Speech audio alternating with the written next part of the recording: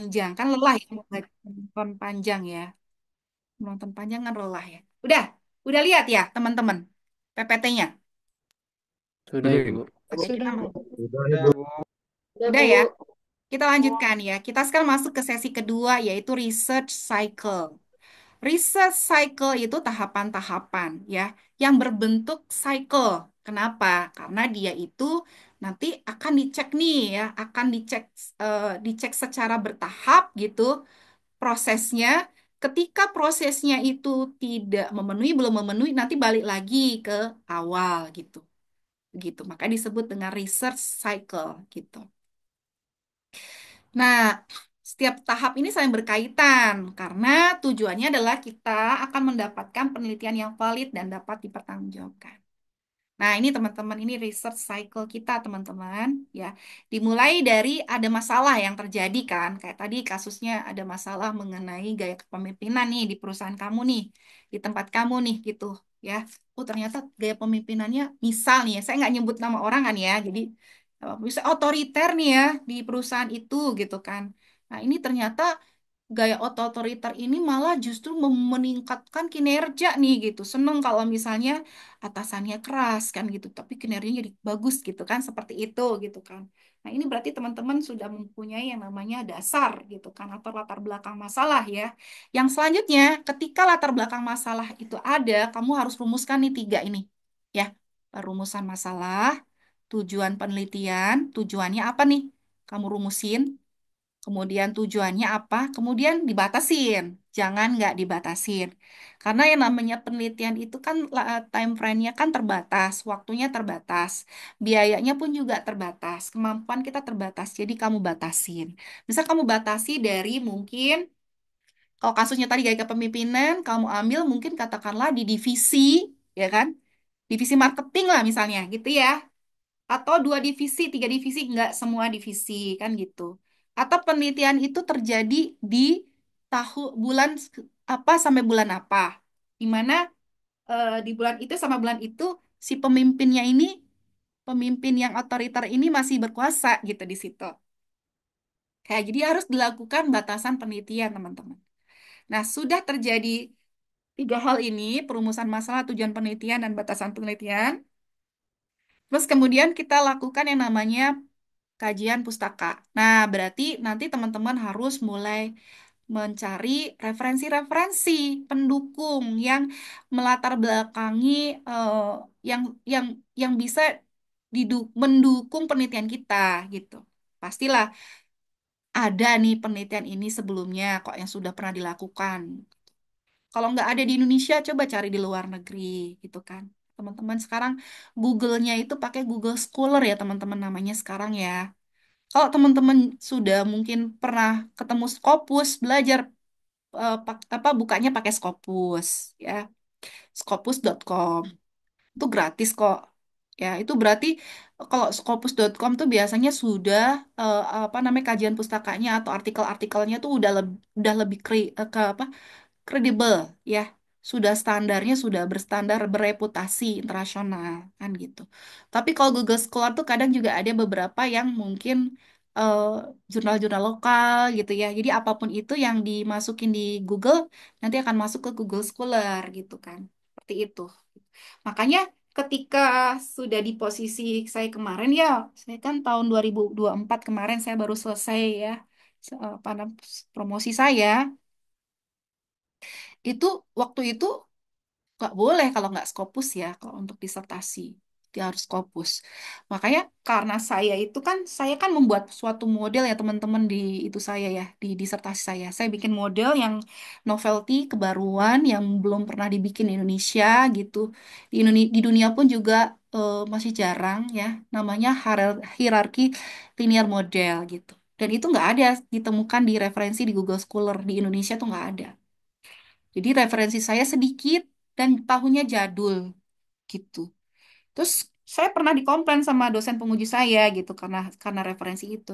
Nah, saya bisa memberikan argumennya gitu karena memang emang nggak ada gitu kan seperti itu. Cuman kalau kayak gaya kepemimpinan itu sampai hari ini 2025 detik ini pun juga pasti udah ada yang keluar tuh. Udah banyak itu ya. Jadi update yang harus 5 tahun terakhir teman-teman. Kalau teman-teman skripsi. Nah, karena kalau disertasi itu kan kita kan novelty yang dicari. Jadi emang nggak pernah ada sebelumnya. Nah, wajar lah kalau sedikit ya gitu. Nah, sudah ketemu pustaka gitu, teman-teman bikin nih kerangka penelitian mulai dari awal konsepnya bagaimana gitu kan. Kemudian bagaimana teman-teman nanti menjalankan metode penelitiannya gitu sampai hasil akhir itu dibikin dalam bentuk flowchart yaitu kerangka penelitian, teman-teman. Dari situ nanti teman-teman selanjutnya kaitannya dengan tinjauan pustaka tadi, teman-teman. Teman-teman kan sudah menemukan referensi-referensi yang mendukung nih, gitu kan, penelitian kamu. Nah, dari situ teman-teman kumpulkan, teman-teman tuh pengen hipotesisnya yang mana. Misal contohnya nih, ada ada tinjauan pustaka, 5 tinjauan pustaka yang mengatakan bahwasanya gaya kepemimpinan ini berpengaruh terhadap kinerja, berpengaruh positif nih terhadap kinerja. Tapi ada tiga gaya kepemimpinan ini berpengaruh negatif nih terhadap kinerja. Nah, teman-teman ini mau milih yang mana, 5 atau 3? Itu semuanya tergantung teman-teman gitu. Kalau teman-teman ternyata melihat gitu kan, teman-teman sudah melakukan survei awal nih. Kok kayaknya tempat saya ini justru malah semakin disiksa, semakin kinerjanya bagus gitu. Berarti berpengaruh positif aja, teman-teman ambil yang 5 nih gitu. Jadi berdasarkan penelitian A, B, C, D, dan E gitu kan. Maka saya memutuskan hipotesis pada penelitian ini adalah ini. Tapi ketika teman-teman, misalnya teman-teman melihat, oh nggak bisa nih di tempat saya nih. Justru malah otoriter nih menurun nih kinerja. Teman-teman punya dasar, ambil yang 3 tadi. Ngerti ya? Gitu. Nggak melulu tiba-tiba hipotesis itu lahir aja. Nggak boleh. Paham? Mana komennya nih? Nggak ada suaranya. Paham nggak? Halo? Saya Insya itu Allah ya. paham, Bu. Saya Paham, iniin. Bu. Gua Paham, kan. Bu. Oh. Paham, Bu. Iya, jadi begitu. Hipotesis itu nggak boleh lahir tiba-tiba. Oh, Semuanya ada dasarnya. Itu berdasar dari kajian pustaka yang udah kalian kumpulkan. Dan kajian pustaka yang kalian kumpulkan itu harus yang relate. Variabel-variabelnya sama. Walaupun beda tempat. Begitu, teman-teman. Nah, setelah bagian ini sudah terkumpul, lanjut kalian memilih yang namanya metode penelitian. Nah, tadi kita udah bicarakan metode penelitian ada yang kuanti, ada yang kuali. Terserah kalian, ya. Tapi kalau udah skripsi itu biasanya tuh juga harus sepertujuan dari dosen pembimbing ya. Karena kadang ada dosen pembimbing yang lebih senang mengarahkan, ah, saya nih keahlian saya kuantitatif, kamu jangan kualitatif ya, nurut gitu ya. Jangan jangan ini atau sebisa mungkin berkomunikasi, alasannya kenapa kan gitu. Nah, begitu. Tapi beda-beda dosen beda-beda style. Kalau saya justru malah lebih senang mengikuti mahasiswanya. Kamu suka yang mana gitu. Karena bagi saya skripsinya mahasiswa itu pun sebenarnya pembelajaran bagi saya gitu. Saya bukan ahli kualitatif. Ada mahasiswa saya mau kualitatif, nggak apa-apa. Saya akan belajar gitu seperti itu. Tapi kan ada juga yang nggak mau gitu ya. Udah itu memang tergantung rezeki masing-masing ya teman-teman. Kemudian jadwal penelitian pasti dibikin kan. Nah, setelah bikin begini teman-teman nanti melakukan yang namanya analisis data. Oh ya, sebelumnya mohon maaf, teman-teman bikin dulu yang namanya proposal penelitian kan gitu. Harusnya begitu ya.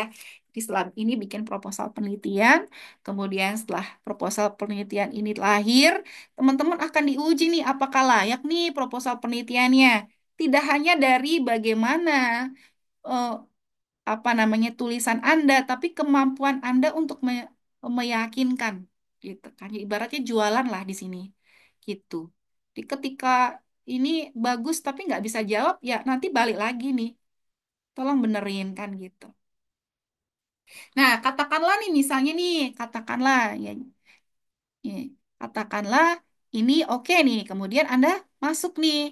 Ini diperbaikin tentu aja. Kalau ini kan pasti ada saran-saran nih dari si apa namanya interviewer ya, reviewer gitu kan. Nah, nanti diperbaikin, habis itu Anda lanjut nih ngumpulin data teman-teman. Ya, ngumpulin data.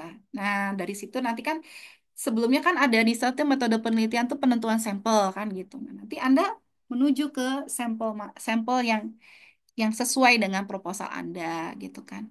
Udah begitu, udah selesai. Kemudian Anda melakukan analisis data dan hasilnya Anda interpretasi gitu. Dan selanjutnya Anda melakukan penarikan kesimpulan. Gitu. Sudah selesai, teman-teman. Nah, Anda presentasikan hasil penelitian ini, begitu.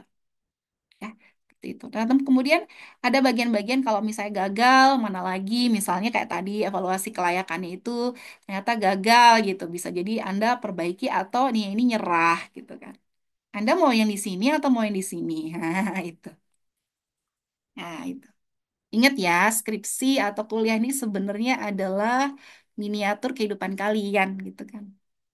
Jadi kalau kalian itu insya Allah bisa sukses di sini, di luar pun juga insya Allah akan sukses. Oke, kita masuk ke Amin. Amin.